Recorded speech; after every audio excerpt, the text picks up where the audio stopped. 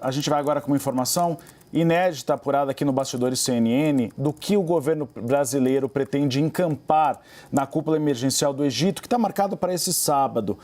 Houve uma conversa entre Luiz Inácio Lula da Silva, presidente brasileiro, com o chanceler brasileiro, de 3 pontos que são considerados essenciais, segundo Mauro Vieira, e Mauro Vieira vai levar esses pontos. O primeiro deles seria a entrega dos reféns, ou seja, a liberação deles. A gente teve uma informação hoje, recente, de que 2 americanas foram liberadas depois de uma negociação do Catar com o Hamas. E aí houve a liberação dessas 2 americanas que estavam doentes.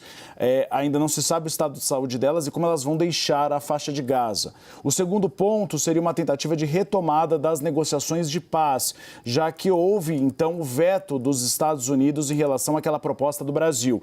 Então, seria uma tentativa de retomar esta conversa a partir de agora, depois da cúpula do Egito. E o terceiro ponto seria a possibilidade de entrada desses mantimentos pelo portão de Rafah. Não se fala, como disse o professor Vitélio, já não se fala na possibilidade de saída dessas pessoas, principalmente palestinos, pelo portão de Rafah, mas pelo menos a entrada desses mantimentos. Lula tem pedido para a diplomacia brasileira para ela se organizar e continuar mobilizada para ajuda às nações do mundo.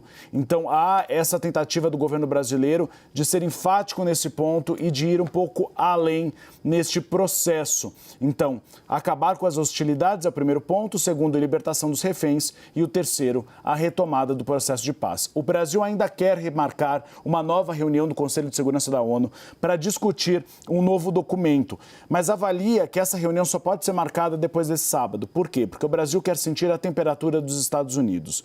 Quando houve a avaliação daquele primeiro pedido, daquele primeiro parecer, ou seja, daquela primeira resolução, Joe Biden estava em Israel. E um dos argumentos da diplomacia israelense é que poderia causar uma saia justa a aprovação sem uma defesa ao direito de defesa de Israel, e aí na frente de Benjamin Netanyahu, quando Joe Biden estava por lá. Então, Joe Biden já voltou aos Estados Unidos, o Brasil vai tentar sentir a temperatura agora dos Estados Unidos para propor a mesma resolução ou uma resolução diferente, porque Lula avalia que é necessário que o Conselho de Segurança da ONU se posicione neste momento, seja por uma nova resolução, ou seja, por um comunicado à imprensa assinado pelos países que apoiam a retomada das negociações para o fim da guerra entre Israel e Hamas.